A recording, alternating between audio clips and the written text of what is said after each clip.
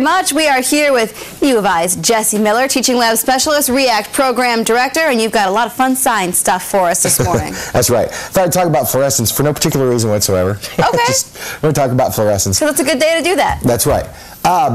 All right, so what fluorescence is, okay, you hear it a lot, and this lighting in here, a lot of it's fluorescent lighting. What fluorescence is, you have an atom, and if you excite the electrons, okay, into a higher energy state, they'll want to fall back down to its lower energy state. So once you remove that excitation, it drops down to its lower energy state. When it does that, it gives off its energy in the form of light. We call those little packets of light quanta, which is where quantum physics comes from. Okay, so it gives off light in very discrete wavelengths, which we call quantum. And we can see that with these fluorescent tubes. Well, let's see, we got hydrogen here.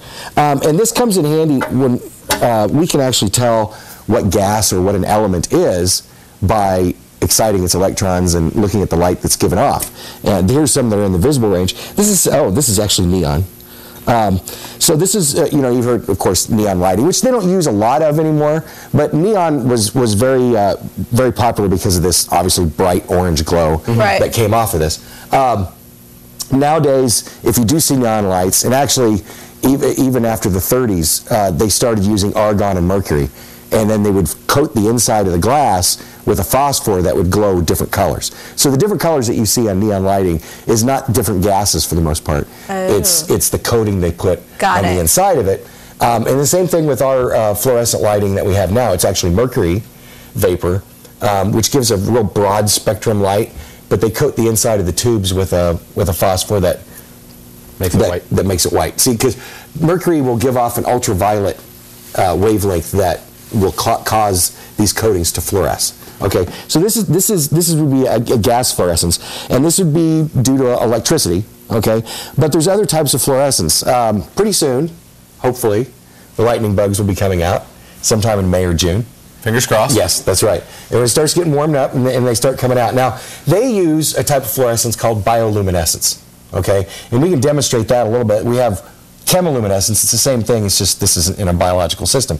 And this is actually what they use to, you may see like in CSI or Bones and stuff when they're looking for blood.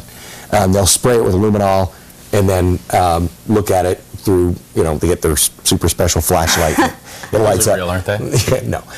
Well, yes and no. Okay, you have to have the room very dark, and so a lot of the things that they do on that are wrong.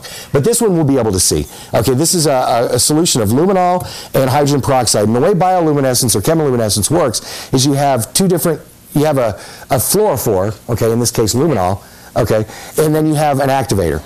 In this case, it's hydrogen peroxide. Hydrogen peroxide will cause the atoms to get excited, and then they would come back down, they give off light. Cool. Okay, so we'll mix these together here in about equal amounts. And if this was dark, you would see, well, you can kind of see that it's, you see it better on the TV screen, that it's glowing. We'll do this again because it doesn't last very long. Unfortunately, we can't get the studio dark enough. If we had it dark, this would be terribly exciting. But you can see that it's giving off quite a bit of light just in this area. And then as it gets activated and runs out, then it turns this ugly brown color because it's all oxidized and stuff. So this is how bioluminescence works. Phosphorescence, on the other hand, is a little bit different. It's still fluorescing. That's a term we use. It's still fluorescing. But in the case of the glow-in-the-dark stuff that you see, phosphorescence, what happens is the electrons, the energy, when the atoms get excited, the electrons actually go into, that energy kind of stays. It goes into a couple of triplet state that we talk about. But anyway, the energy kind of stays there, and then it fluoresces slowly.